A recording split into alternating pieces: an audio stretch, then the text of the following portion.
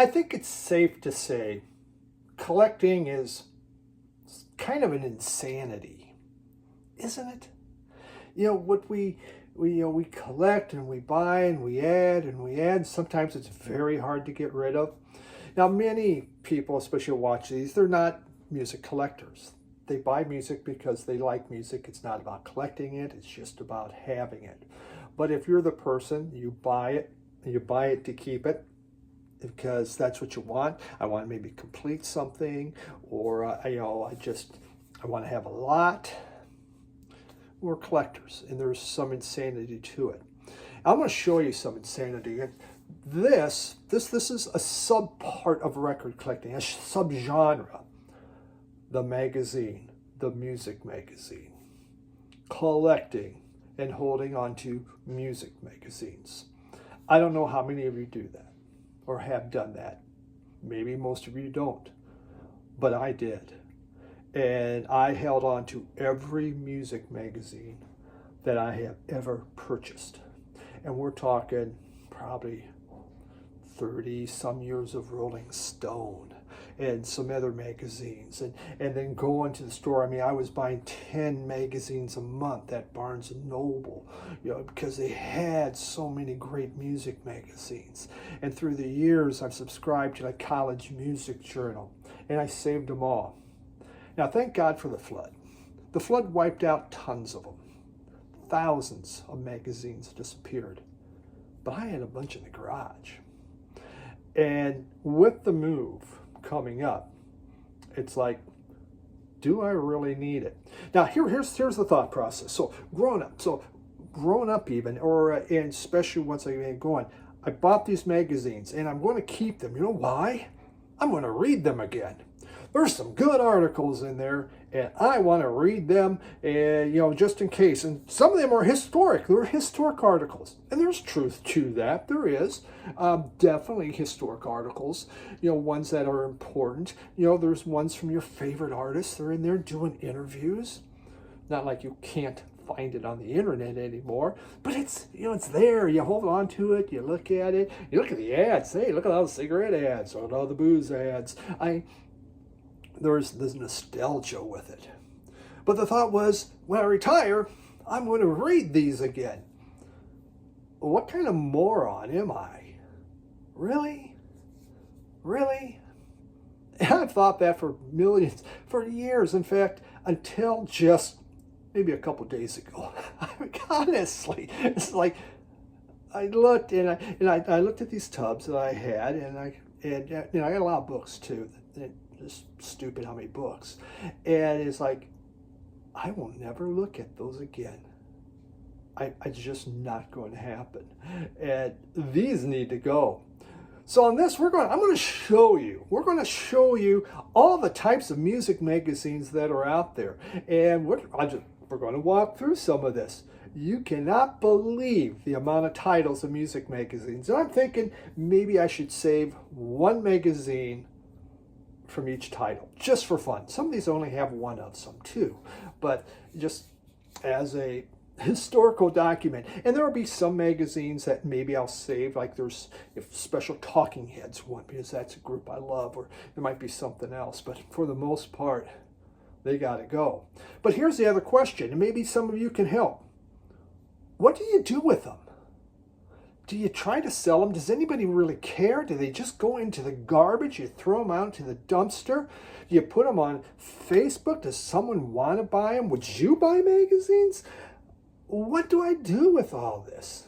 I don't have unlimited time. And at one time, I think that was even part of it. I can sell these magazines. That's going to be my job when I retire.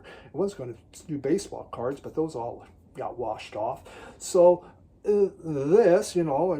some people do buy them. You see them out there. Go to Half Price Bookstore. There's magazines. Sometimes at some of the thrift stores. There's magazines. So people do buy them. But how often and how hard are they to get rid of? Or would it just be toss them out, be done with it, forget about it? I'd love to make some money, but it just might not be worth it.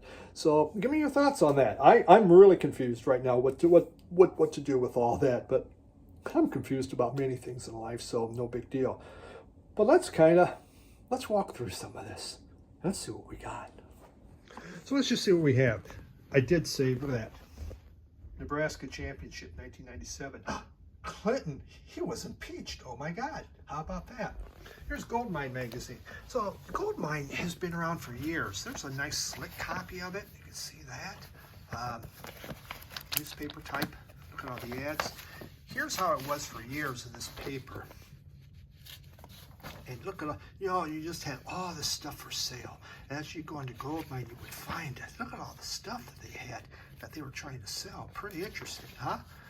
Look at that, California albums. Wow, wow. Companies would put that on. But Goldmine has changed quite a bit. Let's find the newer one. There's Goldmine to this day. Now it's more articles.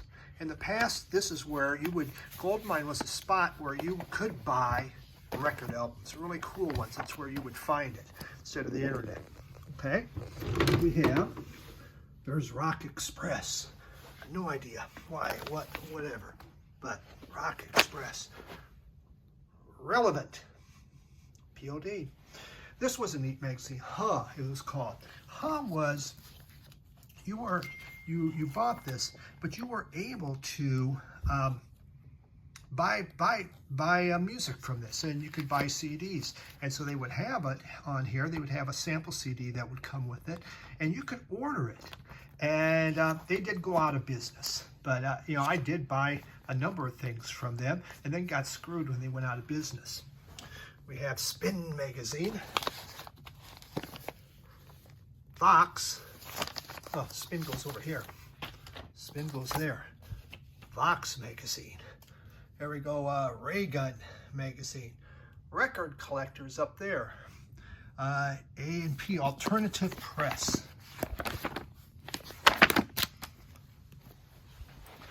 Here's College Music Journal. This is one I had thousands. They always came with a free CD on here. This is where in later years they had this bigger version, a glossier version, but for many years it looked like,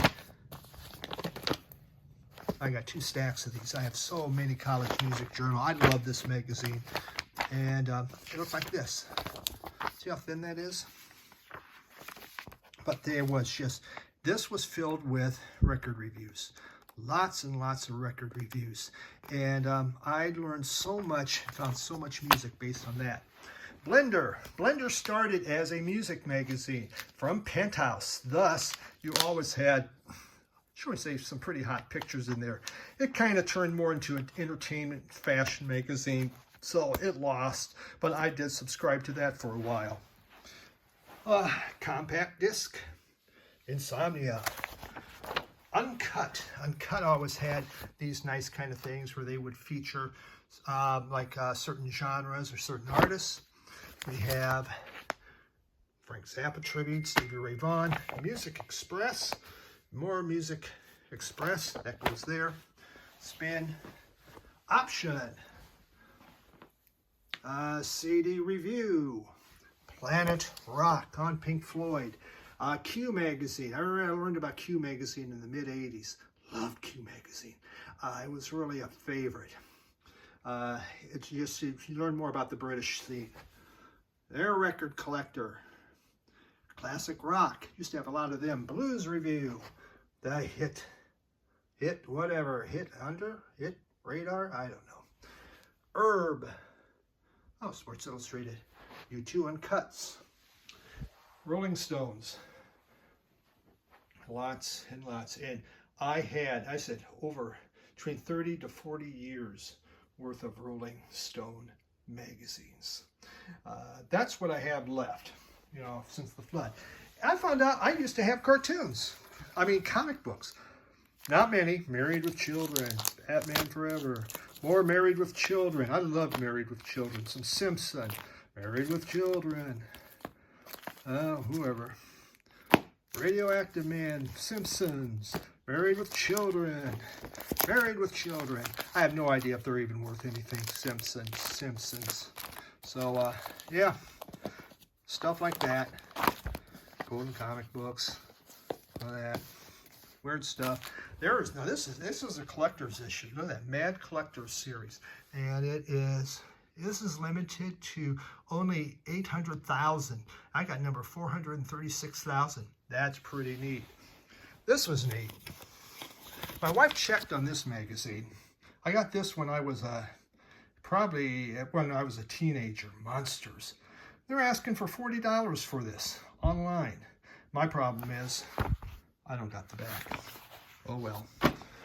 Model Railroad magazines. There's railroad magazines, IndyCar racing magazines, stuff on Dale Earnhardt, more Model Railroad. Yep, lots and lots of stuff. I had stuff like this. This is from my trips to Europe on their railways out of Britain. Love that kind of stuff. Yep, SteamWorld. Insanity. Those are the tubs. So this stuff has to go. And I just may throw it in a tub. Maybe try Facebook online. Just see what happens. Give it a shot. If no one cares, just get rid of it, because that is a lot of stuff. I will keep a few, but a few is the operative word here. I just don't need a lot. So part of getting ready to move, what to do with the insanity that we call collecting. And sometimes we go a little bit overboard. Thank God for the flood. It wiped out 2/3 of what I had. Phew.